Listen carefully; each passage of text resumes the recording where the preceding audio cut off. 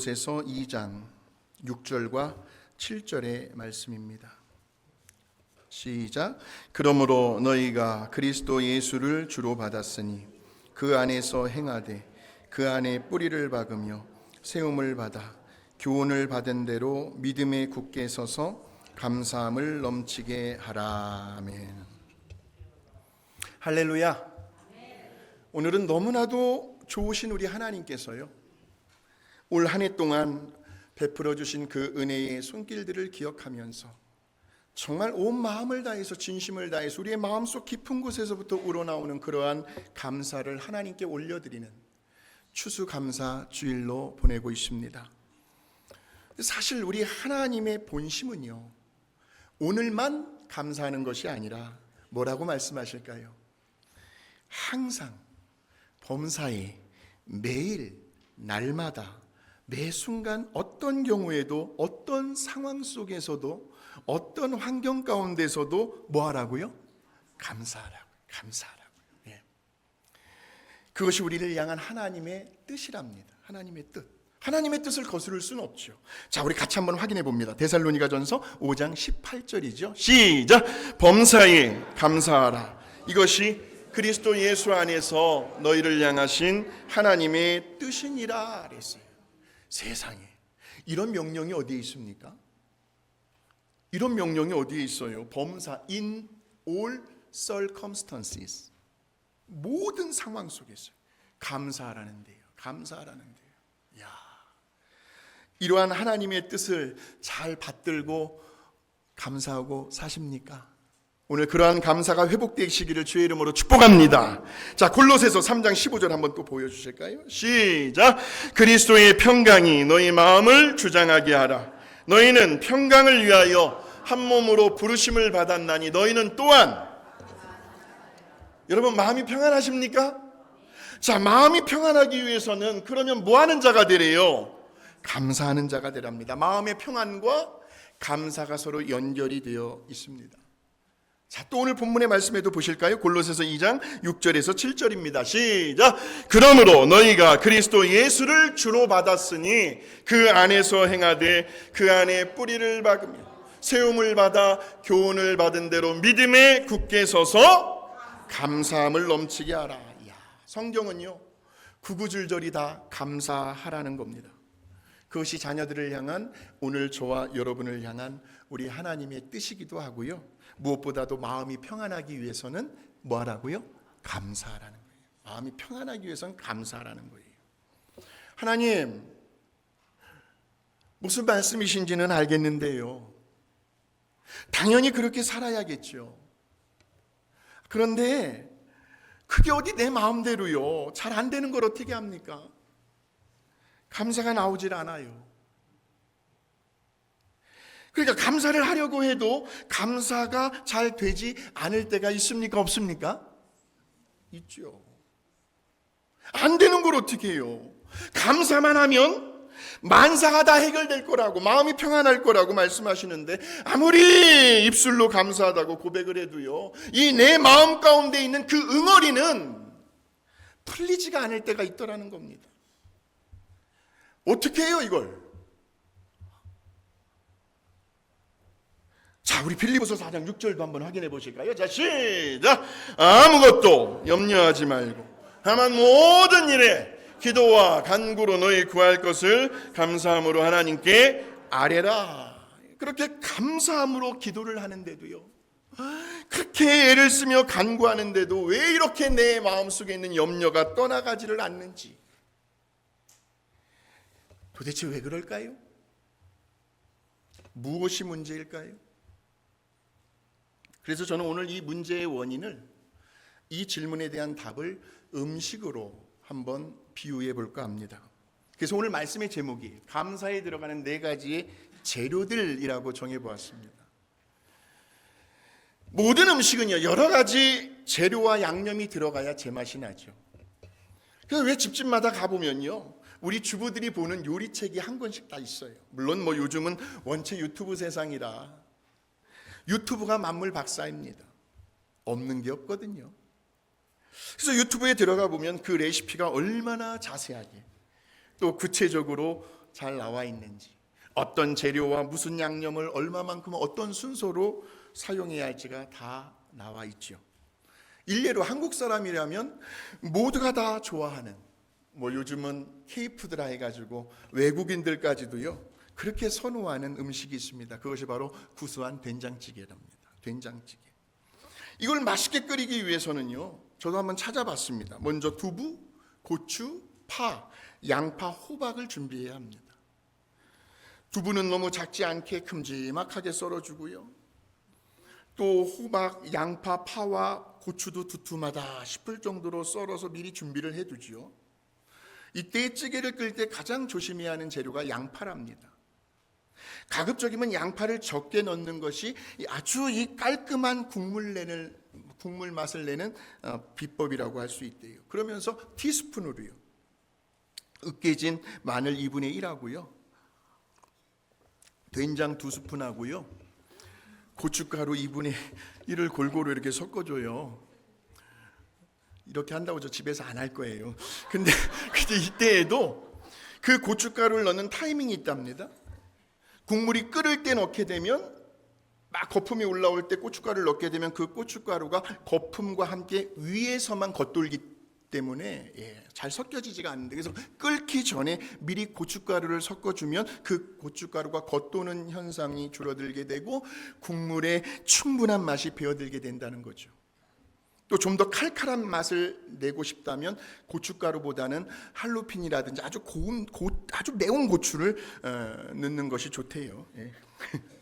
그런 다음에는 이제 잘 손질한, 머리똥도 따고 잘 손질한 아주 큼지막한 멸치 10개를 준비해가지고 물을 한 300cc 정도 부어주면 된대요. 그리고 나면 그 된장찌개의 맛은 된장에서 나오는 것이 아니라 이 멸치에서 나온다는 게, 감칠맛이 아주 기가 막히다는 거죠.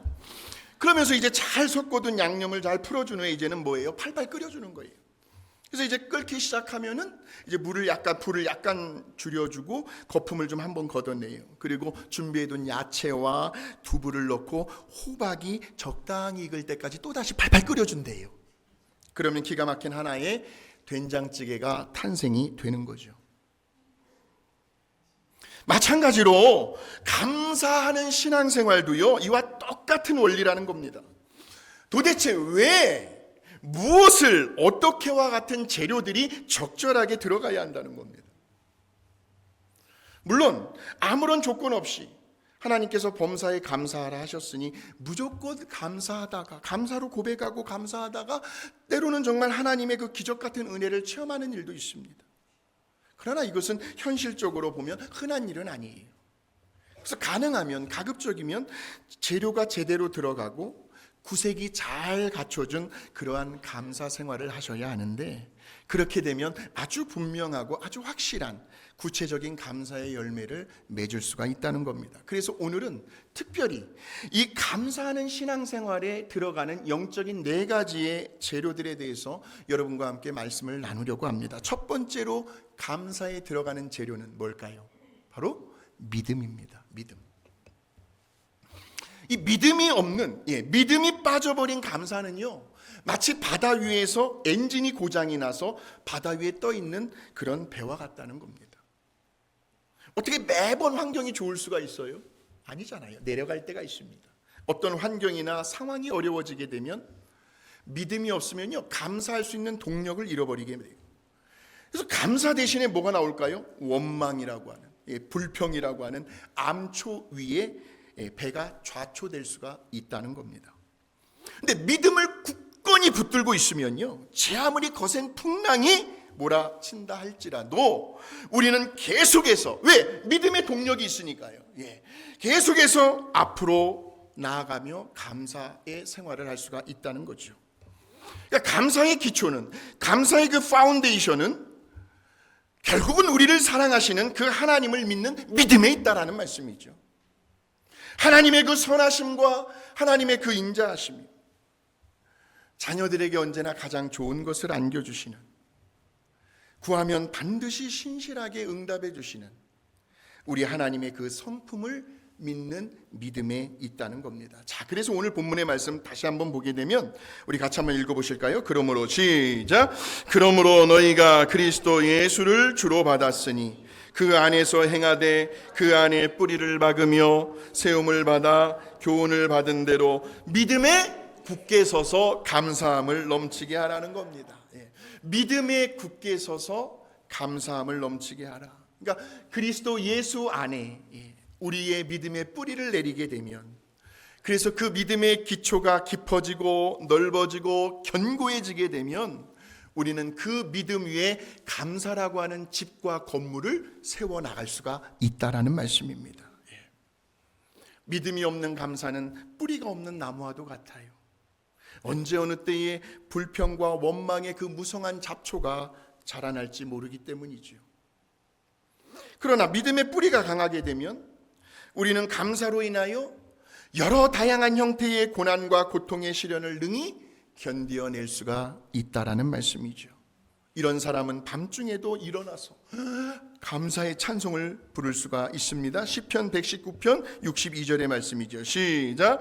내가 주의 의로운 규례들로 말미암아 밤중에 일어나 주께 감사하리이다. 믿음이라고 하는 재료를 꼭 기억하시기 바랍니다. 믿음.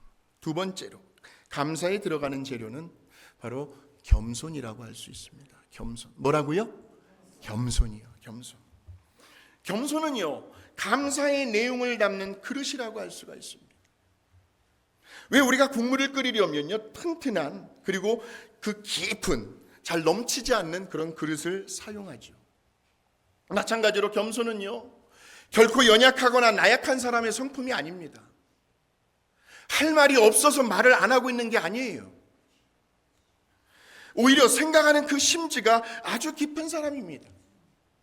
겸손한 사람은 한마디로 속이 깊다라는 거죠. 빈 깡통이 소리만 요란하다고요. 겸손한 사람은 사람이 진중합니다.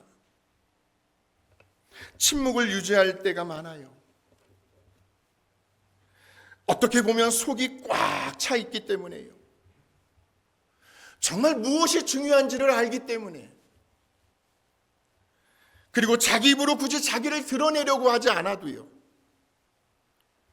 그 주변에 있는 사람들이, 그를 겪어본 사람들이 이미 다 그렇게 느끼고 알고 있어요.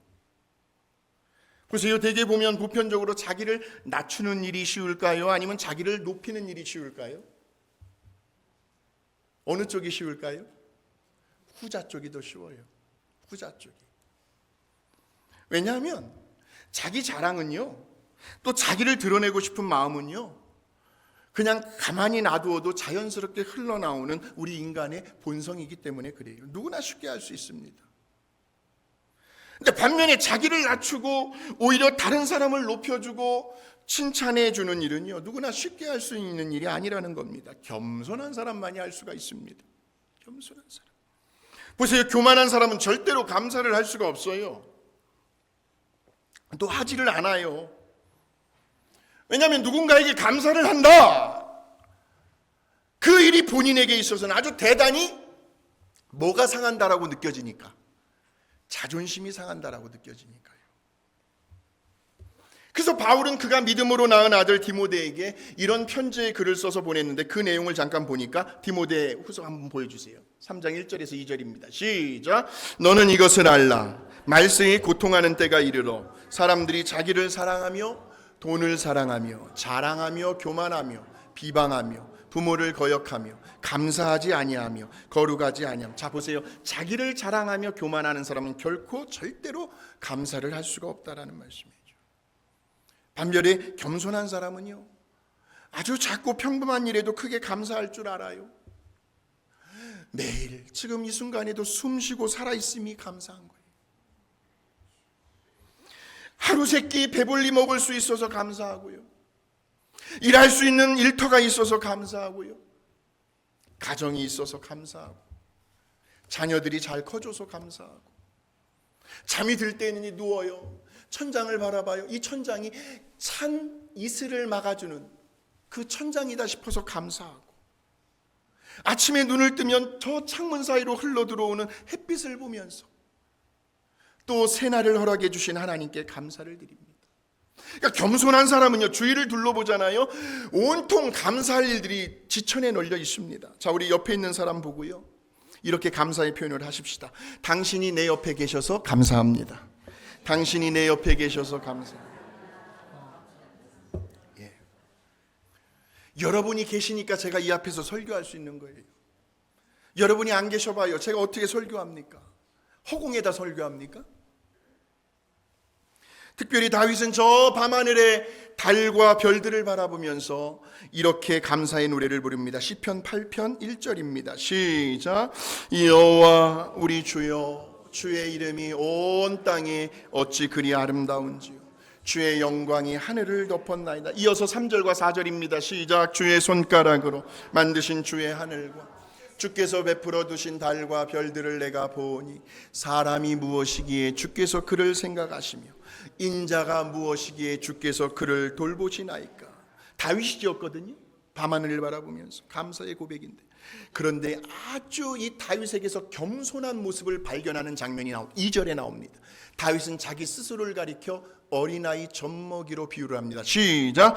주의 대적으로 말미암아 어린아이들과 젖먹이들의 입으로 권능을 세우시며 이는 원수들과 보복자들을 잠잠하게 하려 하심이니이다. 다윗은 자기 자신을 가리켜 어린아이들과 젖먹이로 비유를 하고 있어요. 이 시편 8편으로 찬양을 진 노래가 있는데 같이 한번 불러보실까요? 앞에만. 여호와 우리 주여, 주의 이름이 온 땅에 어찌 그리 아름다운지요. 어찌 그리 아름다운지요. 여호와 우리 주여, 주의 이름이 온 땅에 어찌 그리 아름다운지요. 어찌 그리 아름다운지요. 주의 손가락으로 지으신 주의 하늘과 주가 베풀어 두신 달과 별 내가 보니 사람이 무엇이건대 주께서 저를 생각하시며 인자가 무엇이간대 저를 권고하시나이까. 여호와 우리 주여, 주의 이름이 온 땅에 어찌 그리 아름다운지요. 어찌 그리 아름다운지요. 겸손함이 있으셔야 우리의 신앙생활에 있어서 감사의 열매를 맺어 가실 수가 있습니다. 세 번째로 감사에 들어가는 재료는 무엇일까요? 바로 사랑입니다. 사랑이요. 보세요, 우리의 마음속에요, 정말 어떤 누군가를 향한 어떤 미움과 시기와 질투, 분노가요 가득 차 있는 사람은요 절대로 감사할 수가 없더라고요. 판난 뭐 때문에, 누구 때문에 자기가 한 일은 생각 안 하고 당한 것만 생각해요. 원망의 화살을 다른 사람에게 돌려요. 보세요, 맛있는 국을 끓이기 위해서는 깨끗한 물을 사용해야 합니다. 육수를 사용하시면 더 좋고요. 마찬가지로 감사하며 살기 위해서는 먼저 다른 사람의 마음이 아닌 내 마음부터 정결하게 해야 한다는 말씀. 내 마음을 깨끗이 클린업을 해야 한다는 겁니다. 원수 갖고 싶은 마음, 억울한 마음, 또 누군가를 죽도록 시기하고 질투하고 미워하고 싶은 마음, 살면서 왜 없겠습니까? 그래서 저주하고 싶고 비난하고 싶은 이런 쓰레기 같은 마음들을 모조리 다 쓸어내 버려야 한다는 거예요. 그런 다음에는요, 거기에요, 세 번째 재료를 막 아낌없이 그냥 과감하게 막 다 채워 넣어야 하는데 그 재료가 바로 사랑이라는 거예요. 사랑. 그러니까 내 자신부터가요, 우리는 서로를 다 긍휼히 여겨야 할 대상이라는 거예요. 불쌍히 여겨야 할 대상이라는 거예요. 긍휼히 여겨줘요. 서로 사랑해주고 이해해주고요. 언더스탠딩, 그 사람 밑에 서 보는 거죠. 서로의 상처를 싸매주고요.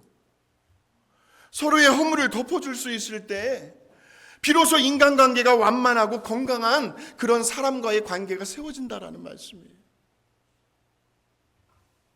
그래서 감사는요, 무엇보다도 사랑의 마음에서 나와요.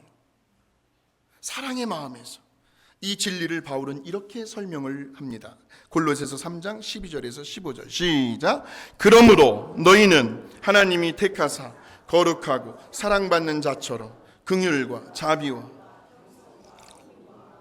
참음을 입고 누가 누구에게 불만이 있거든 용납하며 피차 용서하되 주께서 너희를 용서하신 것 같이 너희도 그리하고 온전하게 매는 띠니라. 그리스도의 평강이 너의 마음을, 너희는 평강을 위하여 한 몸으로 부르심을 받았나니 너희는 또한 감사하는 자가 되라. 할렐루야. 이 말씀을 종합해 보면 두 가지의 명령이 나오죠. 하나는 모든 것 위에 뭘 더하라? 사랑을 더하라. 다른 하나는 너희는 또한 뭐 하는 자가 되라? 감사하는 자가 되라. 사랑과 감사가 서로 연결이 되고 있습니다. 지금 이러한 하나님의 명령에 순종하려면 어떻게 해야 할까요? 저부터도 쉽지가 않지만 어떻게 해야 할까요? 여기에 보니까 불만이 있는 사람들까지도, 그러한 사람들까지도 다 용납하고 용서해 줄 수 있어야 한다는 거죠. 그것이 교회잖아요. 내 마음에 드는 사람들하고만 신앙생활을 어떻게 합니까? 내 마음에 들지 않더라도요, 나에게 불만을 품고 있는 사람이라 할지라도요, 성경은 하나님의 마음은, 하나님의 본심은 뭐예요? 그들까지도 용납해주고 서로 용서해주고 그 위에 사랑을 더하고 감사하는 자가 되라는 거잖아요. 사랑은 감사의 아주 중요한 재료가 됩니다. 제자들을 향한 우리 예수님의 소원이 있었어요. 제자들 한 사람 한 사람을 뜯어보면요, 결코 하나로 뭉칠 수 없는 아주 다양한 성품들의 소유자들이었어요. 결코 예수님이 빠져버리면 하나가 될 수 없는 12 제자들이었어요. 그들을 향한 예수님의 가장 큰 소원은 서로 사랑하라는 거예요. 예수님께서 친히 몸소 제자들의 발을, 그 더러운 발을 씻겨주면서까지 서로 사랑하라는 본을 보여주십니다. 그 장면이 요한복음 15장 12절에 나와요. 시작.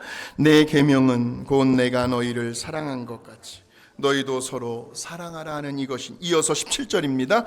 내가 이것을 너희에게 명함은 너희로 서로 사랑하게 하려 함이라 라는 거예요. 사랑하는 성도 여러분, 가능하면 할 수 있는 대로 서로 화목하시기 바랍니다. 아주 가슴이 저려와요. 아주 쓰리더라도 그럼에도 불구하고 서로 화목하고 사랑하십시오. 이게 교회입니다. 이건 도저히 사랑할 수 없는 만 가지의 이유가 있다 할지라도 그래도 사랑하세요. 정말 쉽지 않지만 그래야 감사하며 살아갈 수가 있습니다. 우리의 죄된 본성을 거스려야 합니다. 그것을 도와주시는 분은 성령님이시고요. 죽도록 미치도록 서로 사랑만 하며 살아가기에도 우리들에게는 시간이 얼마 남지 않았습니다. 왜냐하면 내일은 우리들의 시간이 아니니까. 어느 날 말씀을 통해서요, 그날따라 은혜를 받으셨어요. 그래서 용기를 내어서요, 그동안 내가 미안했다고, 잘못했다고, 이제부터 우리 서로 이해하고 용납하면서 지난 일은 다 잊어버리고 묻어두고 이제 서로 사랑만 하며 살자고. 아마 성령님께서 강한 충동을 그분에게 해주셨을 거예요. 이렇게 말하려고 이제 용기를 내서 전화를 했는데 안 받아요. 몇 번을 해도 안 받아요. 어떻게 해서 주소를 알아냈어요? 그 집에까지 찾아갔어요. 근데 이웃집에서 들리는 말이 그 사람 이 세상에 없다고. 얼마 전에 심장마비로 돌아가셨다고. 그 소리를 듣는 순간 억장이 무너져 내리는 거예요. 가슴을 치며 후회를 해요. 사랑하는 성도 여러분, 저를 포함해서 우리 모두가 정말 더 늦기 전에요. 저도요, 매주일마다 하나님 말씀 붙들고요, 하나님 이 말씀 성도들에게 전하는 말씀이 아니라 제 자신에게 먼저 전하는 말씀 되게 해주세요. 몸부림쳐요. 왜 그런 소리 듣고 싶지 않아서.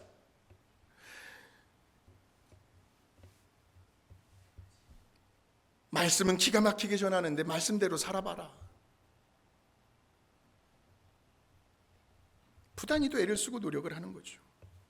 더 후회하기 전에 우리 서로 사랑을 회복하고 또 감사하는 그러한 행복한 신앙생활을 할 수 있게 되시기를 주님의 이름으로 축복합니다. 마지막 네 번째, 감사에 들어가는 재료는 뭘까요? 인내입니다. 인내. 찌개는요, 오래 푹 끓여줘야 제맛이 납니다. 깊은 맛이 우러나오죠. 우리는 이것을 진국이라고 말을 합니다.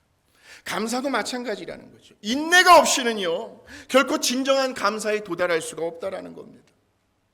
겸손이라고 하는 그릇에요, 믿음과 사랑의 재료를 아낌없이 그냥 듬뿍 넣어주고요, 아주 오랜 시간 동안 푹 끓여주셔야 한다는 거죠. 뜸을 들여야 돼요. 지난 일들을 회상하면서요, 다시는 반복되는 잘못은 하지 말자. 자기 자신을 돌아보며 감사할 뿐만이 아니라 이제 그 신실하신 하나님 계시잖아요. 우리를 한 번도 실망시키신 적이 없으신. 앞으로 어떻게 우리들의 삶 속에 그분의 선하심과 인자하신 일들을 펼쳐가시고 이루어 가실지, 그 일들을 기대하는 마음으로 믿음의 눈으로 바라보며 감사할 수 있어야 한다는 거죠. 그래서 어떻게 해서든 인내하는 거예요. 참는 거예요. 기다릴 줄 아는 사람은 언제나 감사가 넘치는 긍정적인 고백을 하게 된다라는 말씀입니다. 구한 것들을 이미 받은 줄로 믿고 미리 감사할 수가 있습니다. 그러니까 내일의 축복은요, 오늘 우리들의 감사 속에서 잉태가 됩니다. 그럼 우리는 어떻게 인내를 할 수 있을까요? 우리 예수님께서 그 비결을 말씀해 주시는데 마태복음 11장 28절입니다. 시작. 수고하고 무거운 짐진 자들아 다 내게로 오라. 내가 너희를 쉬게 하리라. 이미 우리 예수님은요, 우리 각자가 수고하고 짊어지고 있는 그 무거운 인생의 짐들이 있으실 겁니다. 그 짐들을 우리 대신 짊어져 주시겠다. 내가 너희를 쉬게 하리라. 그러니까 우리들의 그 인생의 짐들을 누군가에게 맡길 수 있는 사람은 축복의 사람입니다. 성경에 보니까 다윗은요, 늘 그의 그 무거운 인생의 짐들을 하나님께 맡기더라고요. 자, 그 장면 시편 55편 22절입니다. 시작. 내 짐을 여호와께 맡기라. 그가 너를 붙드시고 의인의 요동함을 영원히 허락하지 아니하시. 이어서 68편 19절입니다. 시작. 날마다 우리 짐을 지시는 주 곧 우리의 구원이시 하나님을 찬송할지어다. 오늘 지금 이 순간에도 우리는 우리의 그 무거운 인생의 짐들을 다 우리 하나님의 손에 넘겨드리셔야 합니다. 오늘 가지고 오셨다면 가실 때는 다 내려놓고 가십시오.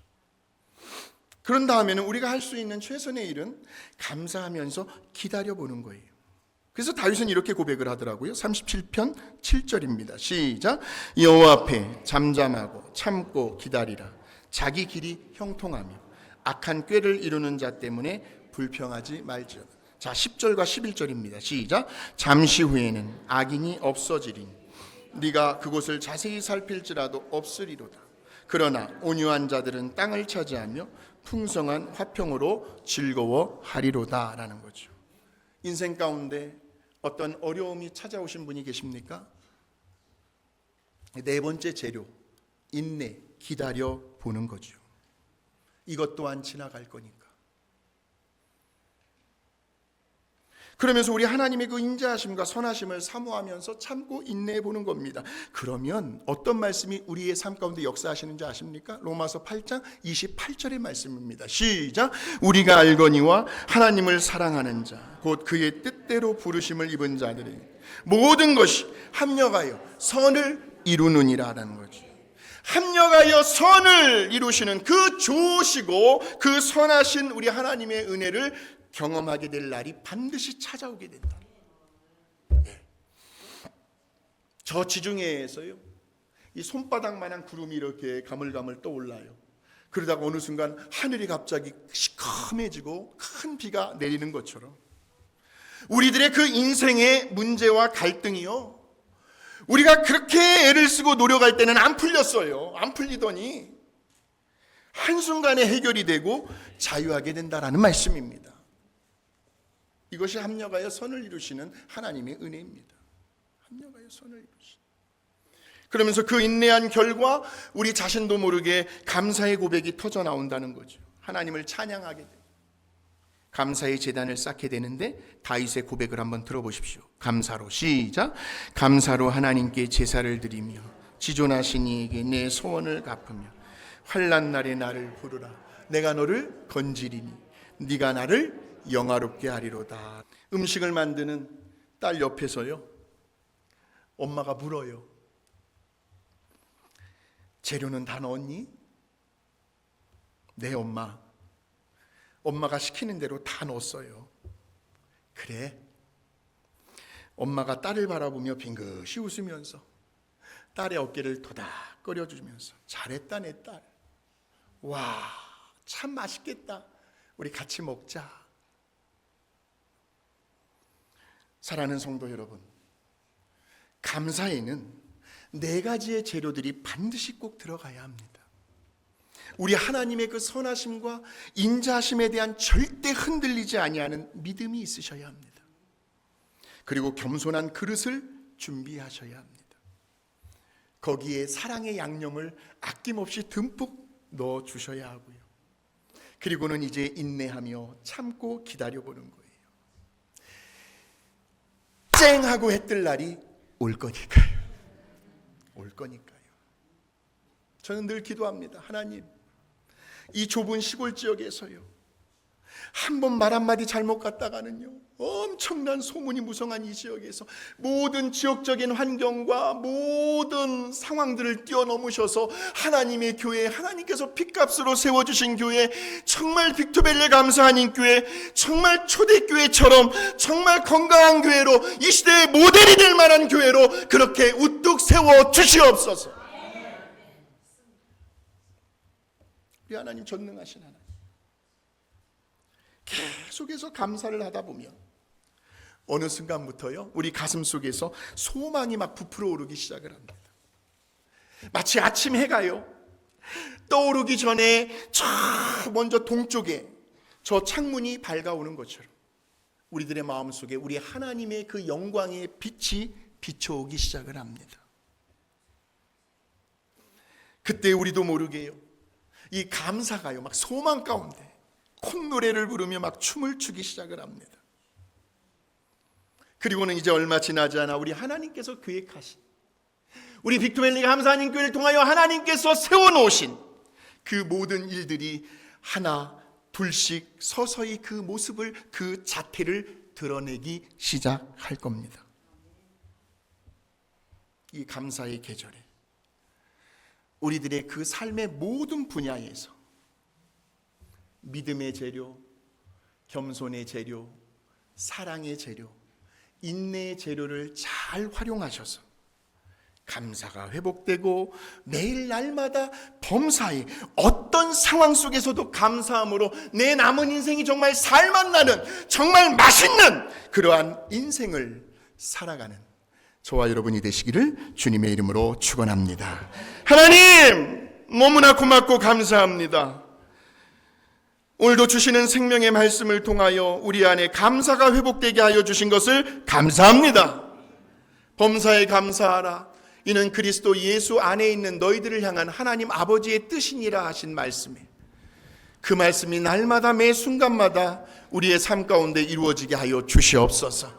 어떤 상황 속에, 어떤 형편과 어떤 처지 가운데 있다 할지라도 하나님, 우리에게는 하나님의 선하시고 하나님의 인자하신, 자녀들에게 언제나 가장 좋은 것을 안겨주시는, 우리의 기도에 신실하게 응답해 주시는 그 좋으신 하나님에 대한 절대 믿음이 우리에게 있음에 감사를 드립니다.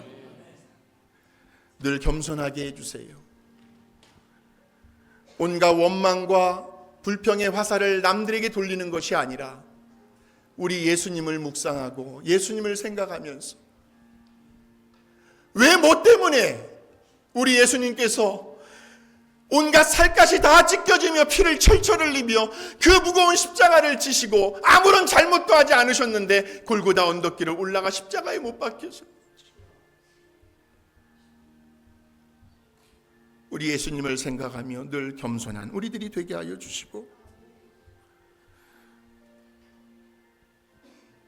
주님이 우리를 사랑하신 것처럼, 우리를 용납하시고 우리를 용서해 주신 것처럼 우리도 다른 사람을 용납하고 용서하고 사랑할 수 있는 우리 모두가 되게 하시고,